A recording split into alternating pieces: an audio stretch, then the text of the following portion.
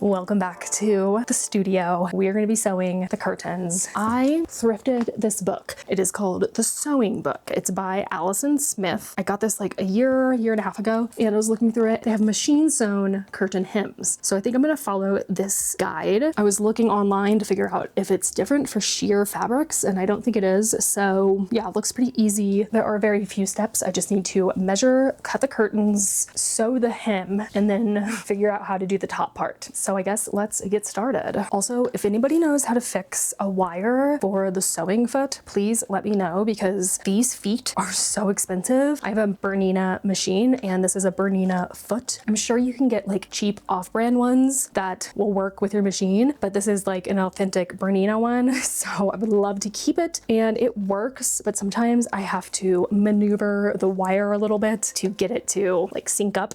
It's just a little bit of a pain. So if anybody has any tips or tricks, please let me know. Also, another thing with this machine, the machine has been like this since I got it when I was like 16 or 17, so very long time ago. When you're putting the power cord into the back, there are two prongs that are supposed to go into the power cord. One of those prongs gets pushed back and I have to take tweezers and pull it out. So they're both like this again. Sometimes I will plug it in, turn it on, and it won't turn on. And that's because I have to mess with those prongs in there. This machine, it's like practically brand new. I've used it a lot. I take really good care of it, except for those prongs that came like that and the foot pedal cord that got chewed up by some ferrets. Let's turn it on, see if it'll work. Good. All right, let's figure out what I have to do here. The window well here, I guess you would call it, is just under 3 feet. So I think I'm just gonna have to divide the fabric evenly because I think I got 2 yards. I don't know, part of me is like, is this actually gonna work? I think I might need more. Well, I at least think I can make 1 curtain today. Let's just hope Joann still has this fabric. Okay, so instructions say a curtain bottom hem is turned up twice. Turn the fabric up to the wrong side by 4 inches and press with the iron. I don't know if I can iron this fabric. I feel like it would melt. I don't think I should iron it. Plus it has like these wrinkles that are supposed to be there, so I don't think we're gonna iron it. Blind hem stitch.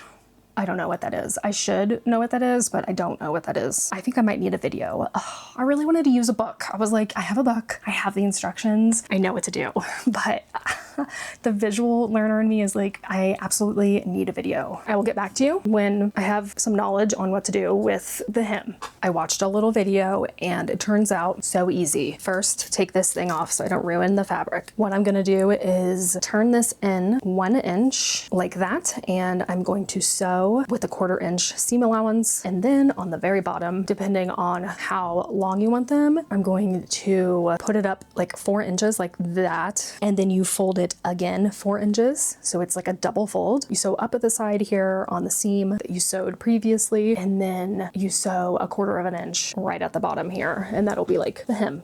So let's get to it. I'm assuming I should use white thread, all right?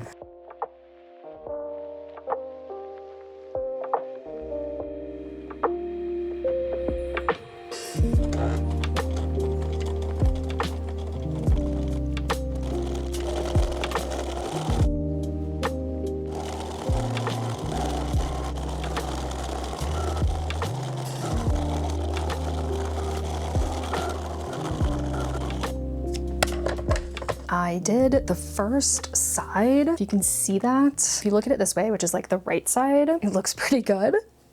I mean, I'm impressed. It was really difficult to pin because this fabric is so slippery. Wow, but it looks good. It looks good for my first time. I would say there are some parts that maybe got a little too thin, not quite 1 inch, but I don't think you're gonna notice that when the curtains are hanging. Now, time to do the other side. Good thing about this is that I'm using the selvaged edge, so it's not frayed or anything, which would make it so much more difficult. It's pretty easy to flip over when it has a nice finished edge, for sure.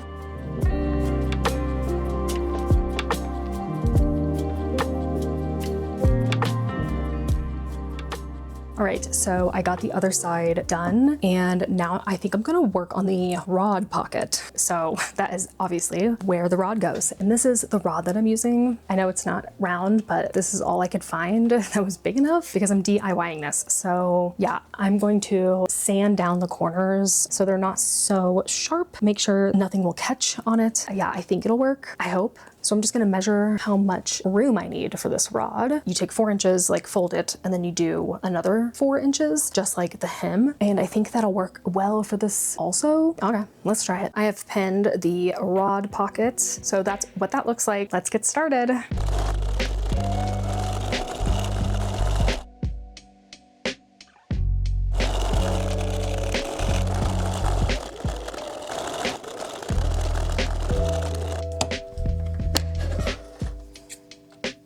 This is how it turned out. Nice, not bad. You would slide the rod right there. Pretty exciting. Okay, so I gotta figure out where the rod is gonna go. Once I figure that out, I can figure out where I should be hemming the curtains. So that's my next task.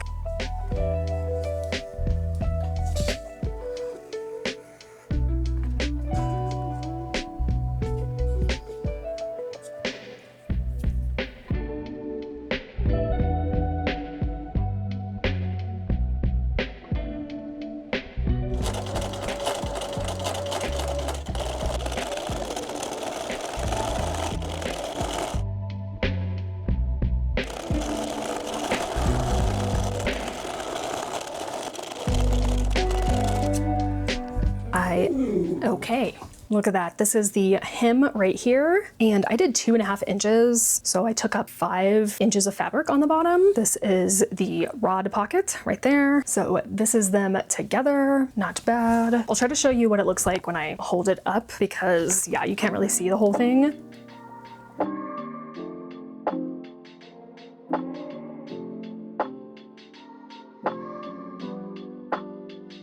Now I need to buy more fabric and do it all over again.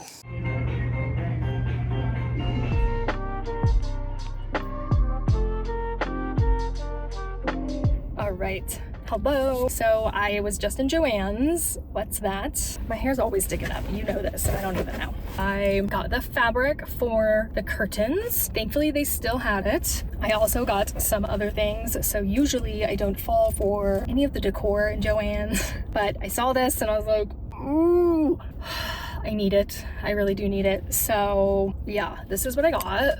It is, oh my God, it's amazing. It's a pin cushion birdhouse with a mushroom, and it's like the most perfect color of pink purple.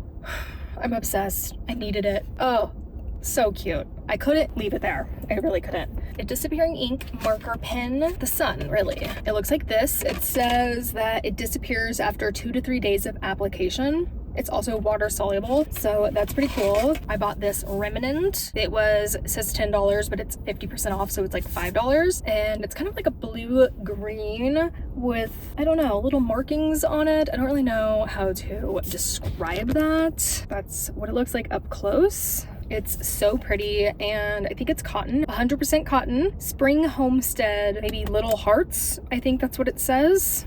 I love looking at the remnants in there. They always have something good. And I got a few things for a bag that I'm making. I have a pattern for this really cool, like a shoulder bag, or like, I don't know what you call it, but it's a really cool bag. And I needed this clip right here and D-rings and a lobster clasp. So I got those. I got more pins because mine are either rusting or bent, and I really just need to get rid of those. Every time I come across a bad pin, I keep using it because I'm afraid I'm gonna run out. So I figured I would just get more pins and throw out the bad ones. And then I also got these sewing machine needles. They are 60/8, and they are small. For the fabric for my curtains, I was using, I think, a 70/10. I think that's what it was. I could really hear it punching through the fabric, and I googled what needle I needed for that kind of fabric, and it said a 60/8. So I got those, and that's it.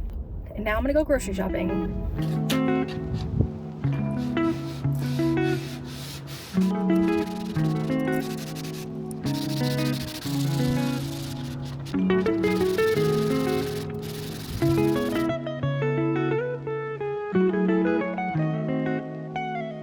All right, here it is, the sanded curtain rod. I'm gonna attempt to cut this leather and use it as the straps to hold this up. I'm not sure how I'm gonna do it yet, but we're gonna figure it out together.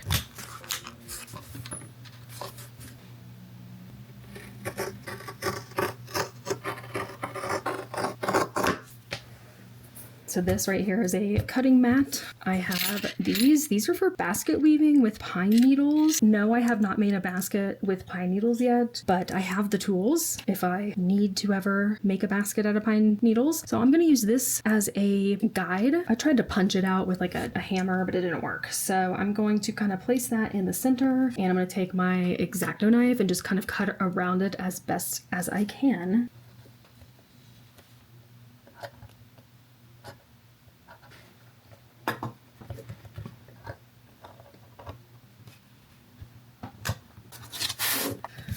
Those two look so good. These two, not so much. Those will go on the back. Our leather straps are done. So let's screw these into the wall.